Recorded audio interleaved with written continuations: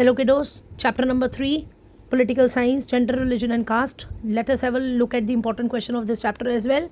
सबसे पहले आपको डेफिनेशन लर्न करनी है sexual division of labour. In fact ये डेफिनेशन के फॉर्म से नहीं बट ये एक लाइक सिचुएशन के फॉर्म में आ सकता है. जैसे वो आपको एक सिचुएशन दे और ये कहें कि ये क्या रिफ्लेक्ट कर रहा है दैट जब हम ये बिलीव किया जाता है कि विमेन की अपनी रिस्पॉन्सिबिलिटी और मेन की, जबकि ऐसा होता नहीं है. सोसाइटी हर चीज़ तरीके से एक्सेप्ट कर रही है. Women are also going out for work and all.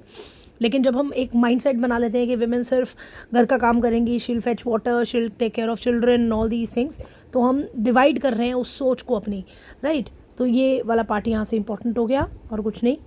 आगे बढ़ेंगे तो you will be getting feminist movements, right. ये याद रखेंगे. सबसे पहले there is a question at the glossary, have a look.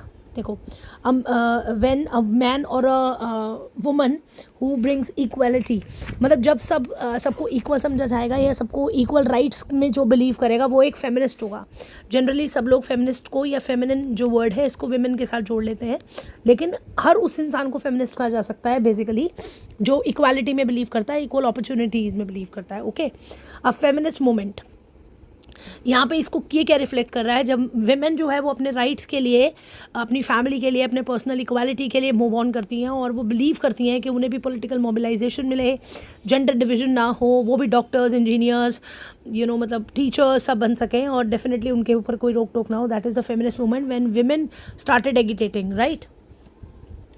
Women political representation, ये आपके लास्ट ईयर PYQ में आ चुका एग्जाम्पल, जिसमें ये दिया हुआ है कि विमेन को हम किस तरह से पॉलिटिकली बेनिफिट दे सकते हैं या किस तरह से विमेन भी can also be the part of she can also be chief minister, she can also be the president, prime minister, as the current president is Droupadi Murmu जी.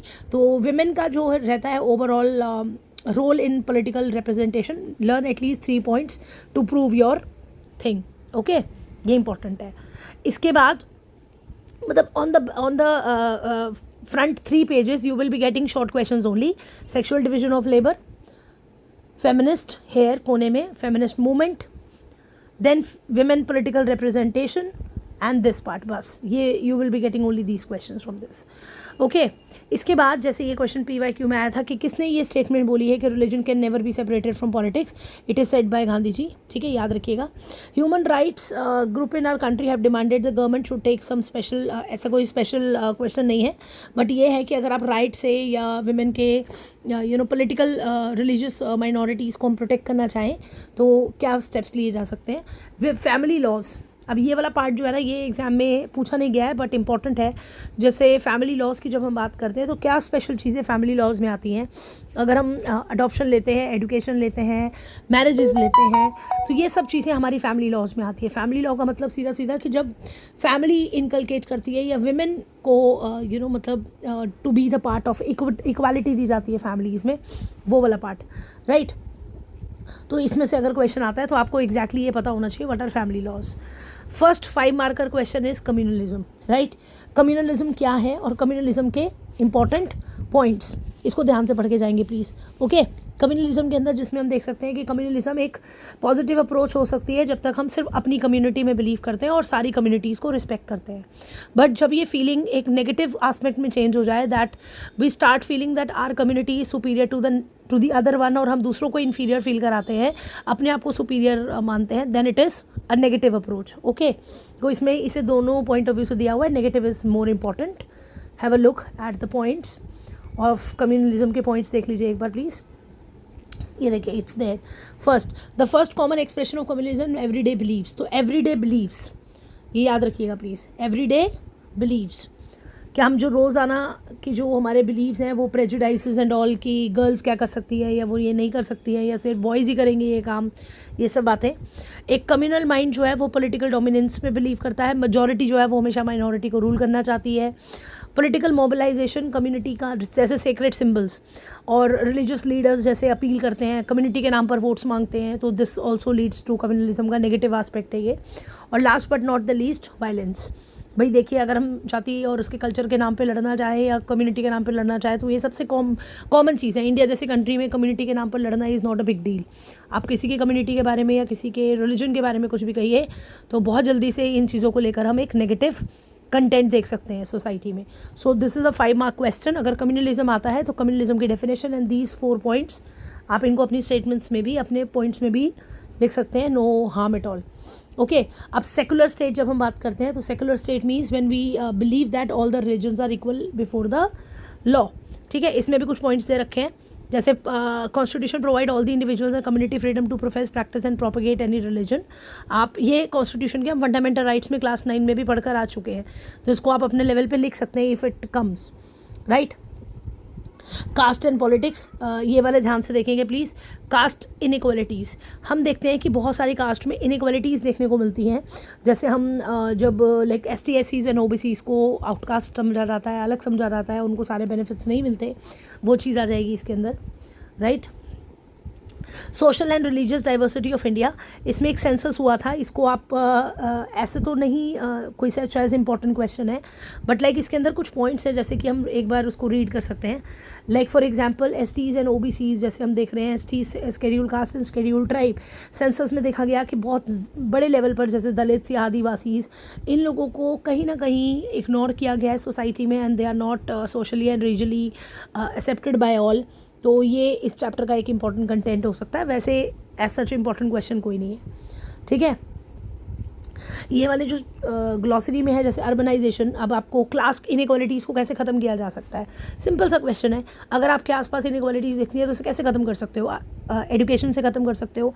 हम पढ़े लिखे हैं, हम लिटरेट हैं, तो हम चीज़ों को गलत ना लेकर उसको एक पॉजिटिव सेंस में लेते हैं। अर्बनाइजेशन, हम अर्बन होते जा रहे हैं डे बाय डे, हम शहरों में रहते हैं, तो कहाँ हम इतने प्रेजुडाइसेस में बिलीव करते हैं, पुरानी सोच कहाँ है हमारी, अब हम मॉडर्न तरीके से सोचते हैं।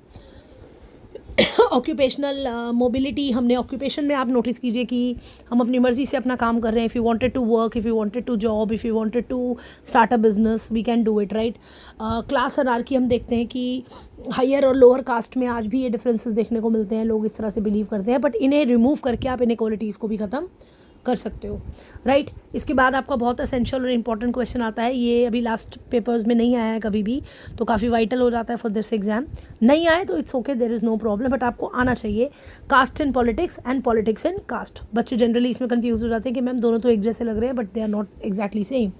ठीक है, कास्ट इन पॉलिटिक्स के अंदर आप अपने आप को एक पॉलिटिकल लीडर माने, आप ये मान के चलिए कि एक पॉलिटिकल लीडर, और आप किस तरह से कास्टिज्म को अपनी पॉलिटिक्स में एंट्री दे रहे हैं, जिसमें फर्स्ट पॉइंट हो गया कि पार्टीज चूज़ करते हैं अपने candidates on the basis of their caste only. Political parties और कैंडिडेट जो हैं वो अपील करते हैं, चाहे ये चीज़ बिल्कुल अगेंस्ट द लॉ है, पर फिर भी लोग अपील करते हैं, और लाइक मतलब उनकी डिमांड्स रहती हैं कि on the basis of caste उन्हें वोट्स मिले।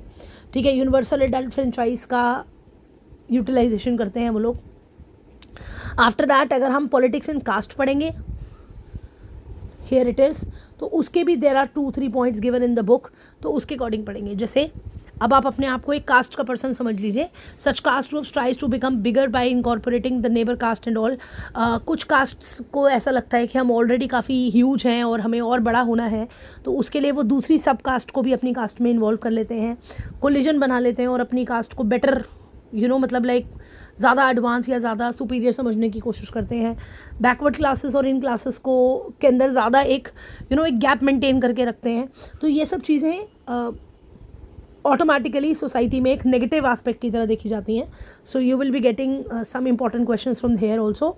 तो रिमेंबर दिस, अगर इस चैप्टर को आप ओपन करेंगे और रिवाइज करेंगे तो सबसे पहले sexual division of labour, okay, इससे क्वेश्चन आ सकता है आपको। Coming next two is the feminism and feminist movement, women के लिए पॉलिटिकल रिप्रेजेंटेशन। ठीक है, ये आपके PYQ में लास्ट ईयर आ चुका है एग्जाम में। देन वी हैव इज़ ये आपका पॉलिटिकल रिप्रेजेंटेशन का ही पॉइंट है।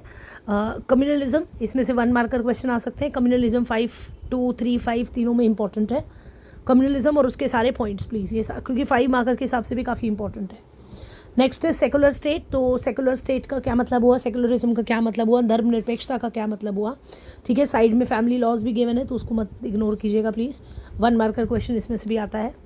Caste in politics and politics in, फिर कास्ट इन इक्वालिटीज़, कास्ट इन इक्वालिटीज़ को आप कैसे ख़त्म कर सकते हो, 3 to 4 पॉइंट्स आपको आने चाहिए।